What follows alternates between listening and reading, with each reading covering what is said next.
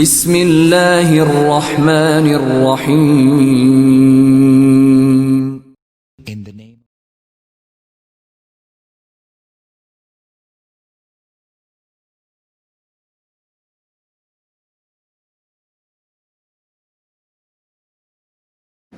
بسم اللہ الرحمن الرحیم. ناظرین محترم، 72 شہیدان کربلا کی مختصر زندگی نامہ میں آج رسول اکرم صلی اللہ علیہ وآلہ وسلم کے جلیل القدر صحابی کریم، عالم، فقیہ اور افاضل میں شمار ہونے والے بصرہ کے شجاع ترین سخنور اور ادیب کا تذکرہ ہم کریں گے، یعنی جناب ادہم ابن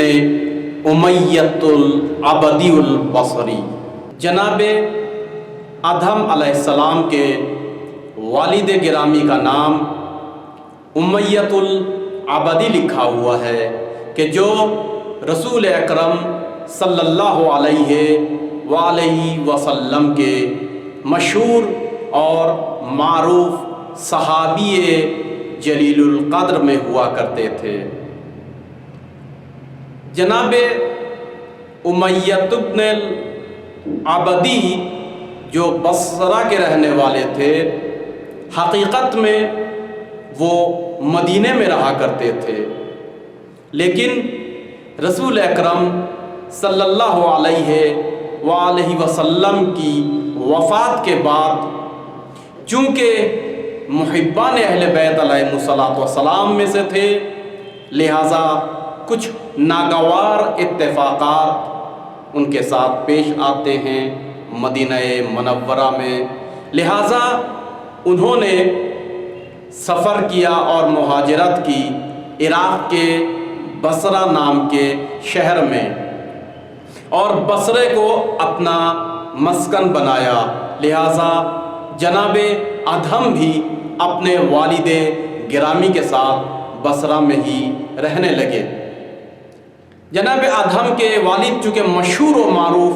صحابی رسول اکرم صلی اللہ علیہ وآلہ وسلم میں سے ہوا کرتے ہیں، لہٰذا ان کو راوی اور رسول اکرم صلی اللہ علیہ وآلہ وسلم سے روایت کرنے والے اصحاب میں فریقین کی کتابوں میں حساب کیا گیا ہے اور ان کا ذکر آتا ہے.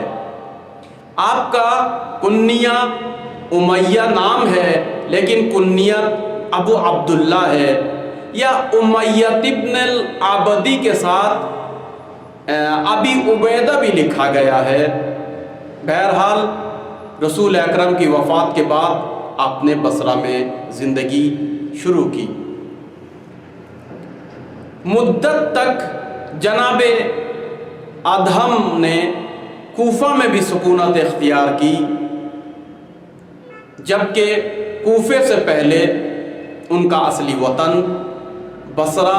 اور بصرے سے پہلے اجدادی وطن مدینہ منورہ تھا. لیکن ہم چونکہ بصرے کے شہداء کا تذکرہ آج کل کر رہے ہیں اور سبھی جانتے ہیں کہ یہ مشہور و معروف بصرے کا قبیلہ عبد القیس سے تعلق رکھتے ہیں. عبد القیس قبیلہ شروع سے ہی محب اہل بیت رہا ہے، لیکن یہ اتری عرب کے رہنے والے تھے. میں ایک بات عرض کر دوں، چونکہ یہ قبیلہ شروع سے محب اہل بیت علیہ السلام تھا، اور اس قبیلے کے لوگوں نے اہل بیت کی بہت ہی حمایت کی اور نصرت کی، اور شیعیان اہل بیت میں معروف تھے. لہٰذا ہر زمانے میں ان کو کچھ نہ کچھ ظلم اور زیادتی کا سامنا کرنا پڑا، مگر انہوں نے تمام دنیا کی ظلم اور بربریت کو سہی، مگر دامن اہل بیت کو نہیں چھوڑا. یہی وجہ ہے کہ اتری عربستان سے عشق رسول میں، عشق اہل بیت میں یہ آ گئے مدینہ. پھر مدینے سے بصرہ منتقل ہو گئے۔ میں یہاں پر اپنے جوانوں سے ایک بات کہہ دوں کہ قبیلہ عبد القیس بہت ہی شجاع اور بہادر قبیلہ عرب کا مشہور ہے، جو عدنانی قبیلہ ہے، اور اس کو سعدی بھی یعنی عبد القیس سعدی اور عبدی یہ شاخوں میں بڑھ جاتے ہیں۔ لہٰذا عشق اہل بیت میں ان کو خمیازہ بھگتنا پڑا۔ زمانے کے کچھ لفظوں کو میں استعمال کر رہا ہوں، یا یوں کہہ دوں کہ محبت اہل بیت کا ان کو ہزینہ دینا پڑا۔ لہٰذا وفات رسول اکرم کے بعد کچھ لوگ شہادت امیر المؤمنین امام علی علیہ الصلوۃ والسلام کے بعد کچھ لوگوں نے مدینے کو ترک کیا، اور اس طریقے سے متعدد جگہوں پر انہوں نے ہجرت کی ہے۔ اس زمانے میں کچھ لوگ دور و دراز علاقے میں جانے کے لیے کچھ علاقوں کو انتخاب کیا، جس میں سے جناب ادہم کے والد گرامی نے امیہ نے بصرے کو انتخاب کیا۔ کچھ لوگوں نے آج کے سعودی عرب کے القطیف کا علاقہ انتخاب کیا۔ عبد القیس کے کچھ لوگ بحرین میں رہتے ہیں، کچھ الاحساء میں۔ لیکن عجیب بات یہ ہے کہ عشق اہل بیت میں جہاں انہوں نے طرح طرح کی مصیبتیں جھیلی،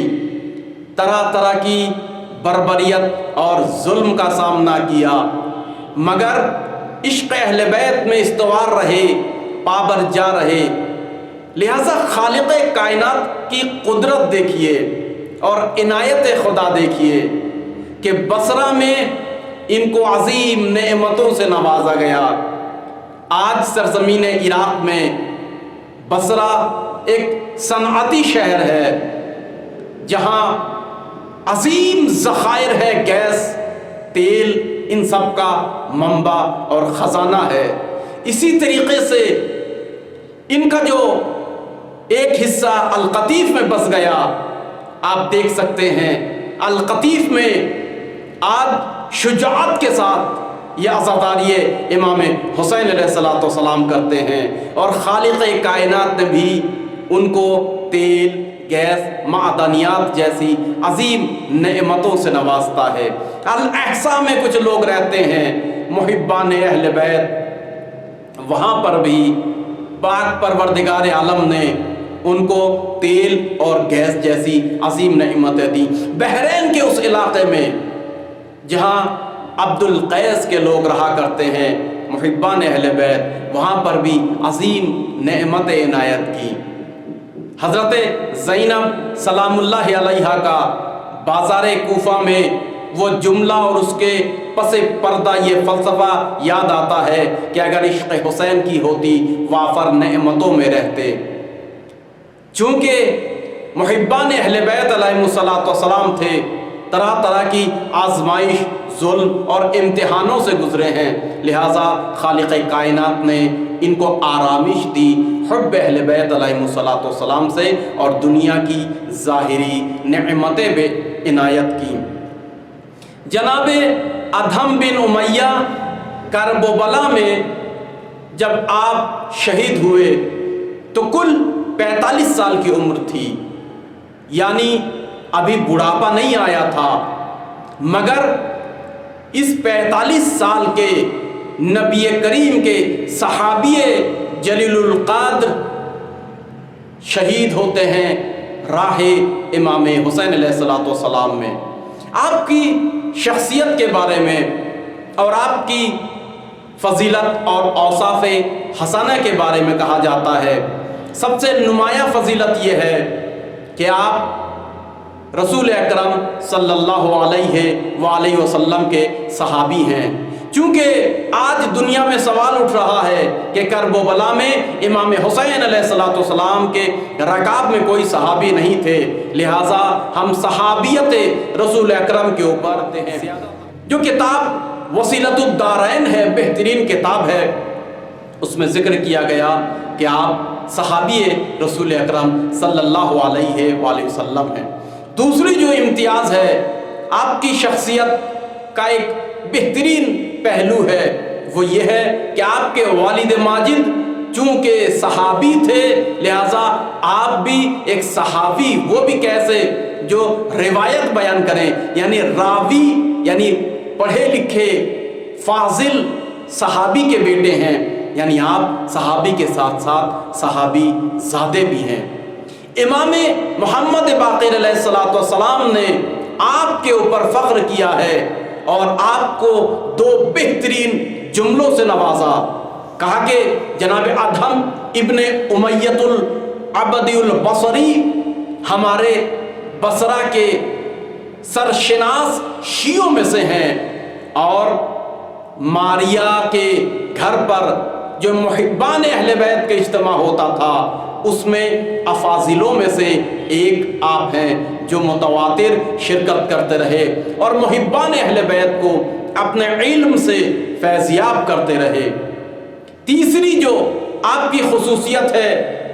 وہ یہ ہے کہ آپ صحابی ہونے کے ساتھ ساتھ اپنے والد گرامی کے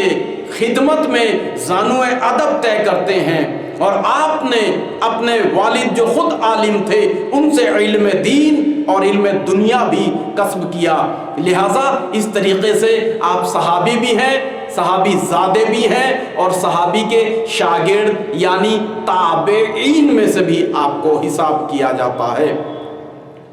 آپ امام باقر علیہ السلام کے بقول شیعیان بصرہ میں سے تھے۔ دیکھیے یہاں پھر ایک جملہ کہنے کو دل کرتا ہے، جب کسی نے آ کر چھٹے امام جعفر صادق علیہ السلام سے کہا کہ آقا ہم آپ کے شیعوں میں سے ہیں، تو امام نے چہرے کو گھما لیا، پھر اس نے کہا تیسرے مرتبہ، بہت اختصار سے میں عرض کر رہا ہوں، تو امام نے کہا کہ یہ کہو کہ ہم آپ کے محب میں سے ہیں۔ واقعاً حقیقت یہی ہے، شیعہ ہونا بہت ہی مشکل کام ہے۔ شیعہ یعنی پیرو اہل بیت، نقش قدم اہل بیت کے اوپر اپنے زندگی کے قدموں کو رکھنا، اپنے فکروں کو کنٹرول کرنا، اپنے ذہن و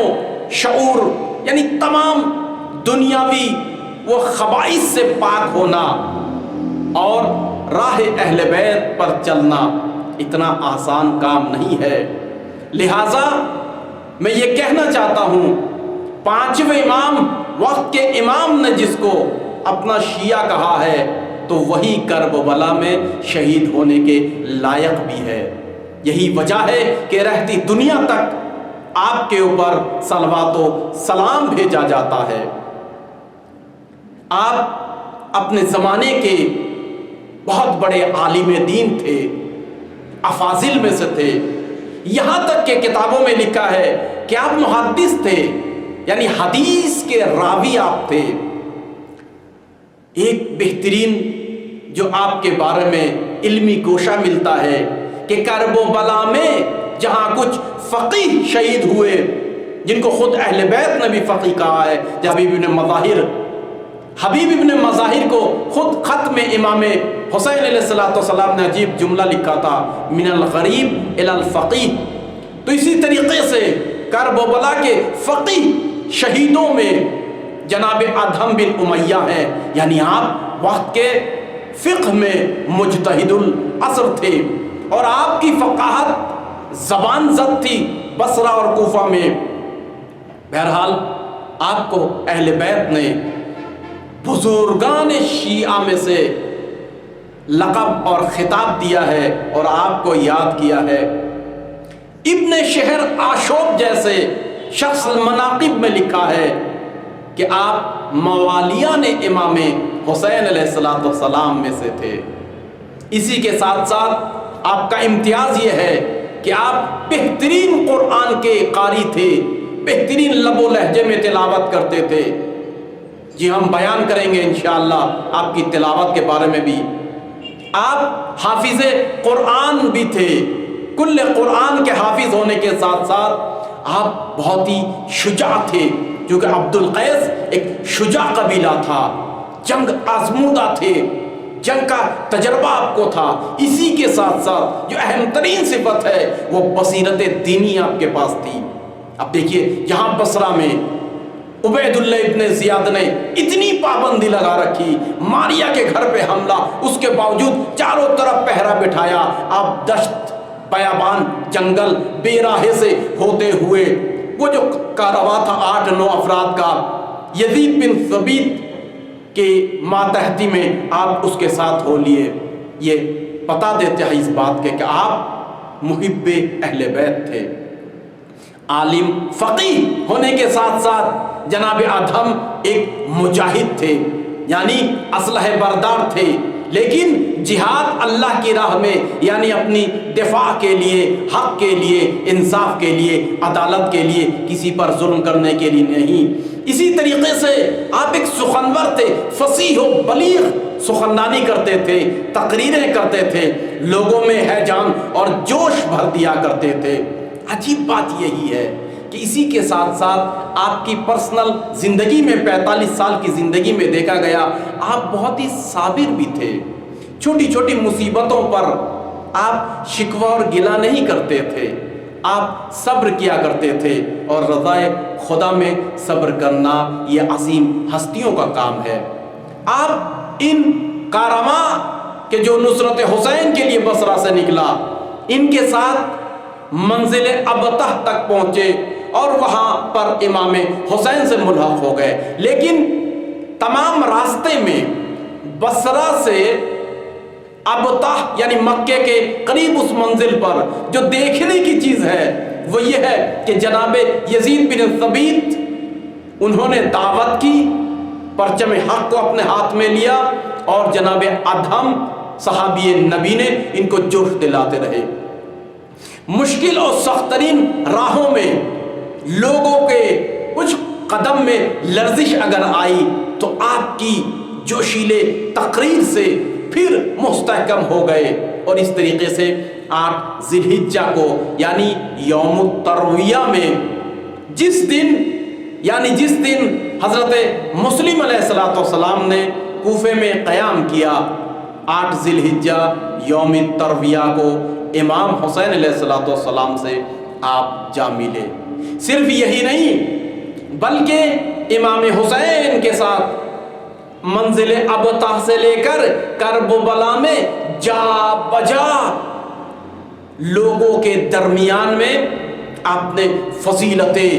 زہرا سلام اللہ علیہا اور آل زہرا، فضیلت ابا عبداللہ الحسین، فضیلت اہل بیت، فضیلت رسالت المآب اور حق کے بارے میں بہترین تقاریریں کی۔ ہر منزل پر عشق اہل بیت اور حمایت مولا یعنی وقت کے امام کی حمایت میں لوگوں کے درمیان میں آپ نے تقاریریں کی۔ کرب و بلا میں جب آپ وارد ہوئے تو 2 محرم کو کرب و بلا میں وارد ہوئے، 9 محرم کو، کسی نے لکھا 2 ہی محرم کو، کسی نے لکھا نہیں 10 محرم کو، اپنے بصرہ سے آنے والے ساتھیوں کو جمع کیا، اور جمع کرنے کے بعد آپ نے کہا چلو پھر ہم ایک مرتبہ پیمان اور عہد باندھتے ہیں کہ ہم نصرت امام حسین میں اٹل رہیں گے اور آخری قطرہ خون تک ہم جنگ کریں گے۔ دیکھیے ایک عالم، ایک فقیہ، ایک مقرر، ایک سخندان ہونے کے ساتھ ساتھ کتنی شجاعت آپ میں تھی۔ بلکہ میں یہ کہوں کہ قبیلہ عبد القیس کی گھٹیوں میں شجاعت تھی۔ میں یہاں پر اپنے جوانوں کے ایک بہترین واقعہ کی طرف اشارہ کرنے جا رہا ہوں۔ اگر آپ کو یاد ہے جنگ جمل میں امام حسن علیہ السلام کو جب مالک اشتر کو امام حسن علیہ السلام کا امیر المؤمنین نے حکم دیا کہ اس سرخ ناقے کی ٹانگوں کو کاٹ دو، تو ایک مرتبہ آخری مرحلے میں امیر المؤمنین علی علیہ السلام نے جناب عائشہ کو جمل کے میدان سے مکے میں بھیجا۔ تو مکے میں پہنچ کر یہ اعتراض کیا جناب عائشہ نے کہ علی اپنے آپ کو امیر المؤمنین کہتے ہیں، مگر میں ام المؤمنین ہوں، اور مجھے مردوں کے درمیان میں مکے میں بھیجا۔ تو ایک مرتبہ جب اشارہ کیا ان فوجیوں کی جانب، محافظوں کی جانب جو 40 تھے اور جناب عائشہ کی حفاظت کے لیے امیر المؤمنین نے تعین کیا کچھ بھی ہو ان کی حفاظت کرنا، لہٰذا اشارہ کیا ان محافظوں کی جانب کہ دیکھو یہ کون ہے، تو انہوں نے اپنے اپنے چہرے سے جو نقاب ہٹایا تو دیکھا یہ خواتین ہیں، تو کہا کہ اگر علی امیر المؤمنین ہے تو یاد رکھنا امیر المؤمنین کی، میں اپنے جملوں میں عرض کر رہا ہوں، شان یہی ہے کہ ہم شریک حیات رسالت مآب کو خواتین کے درمیان میں بھیجے، اپنے محرم کے ساتھ بھیجے۔ یہ جو 40 خواتین جناب عائشہ کی حفاظت کر رہے تھے، جو اپنے حفاظت میں مکے تک ان کو پہنچایا جمل سے، وہ سب عبد القیس کی خواتین تھی۔ عبد القیس کی شجاع ترین خواتین نے امیر المؤمنین کے زمانے سے ہی اہل بیت علیہ الصلوۃ والسلام کی حمایت کی، نصرت کی، اور قدم قدم پر انہوں نے اہل بیت علیہ الصلوۃ والسلام سے عشق کرنے کا دنیا کو نمونہ پیش کیا ہے۔ عجیب عشق تھا کہ سرزمین کرب و بلا میں آئے اور 10 محرم کو ایک روایت کے مطابق ظہر سے پہلے آپ حملہ اولا میں، کہ جب معرکہ آرائی ظہر سے پہلے جنگ ہوئی جس میں اکثر لوگوں نے کہا کہ 50 کے قریب امام حسین کے اصحاب شہید ہوئے، اور عمر سعد نے 10,000 کے لشکروں کو تیروں کی بارش کرنے کو کہا، تو آپ تلوار سے جنگ لڑتے گئے۔ اور یاد رکھیں تاریخ میں لکھا ہے کہ جناب ادھم بن امیہ جنگ کر رہے تھے، مگر ساتھ ساتھ بہترین لب و لہجے میں قرآن کی تلاوت بھی فرما رہے تھے، یعنی وہ بتا دے رہے تھے کہ ہم اگر میدان جنگ بھی ہوں، ہم اگر موت سے قریب بھی ہوں، اور اگر ہم درجہ شہادت پہ بھی فائز ہوتے ہوں، تو ہم قرآن کو جدا نہیں کرتے، ہمارے لبوں پر قرآن کی تلاوت ہوتی ہے۔ یعنی حسینی وہ ہے کہ جو قرآن سے جدا نہیں ہوتا، کیوں؟ اس لیے کہ بعد شہادت حسین ابن علی کی زبان سے قرآن کی تلاوت ہوئی ہے، قرآن اور حسین کبھی جدا نہیں ہو سکتے۔ یہاں تک کہ اصحاب نے بھی اس بات کو ثابت کیا ہے، بلند بلند زور زور سے آپ تلاوت قرآن کر رہے تھے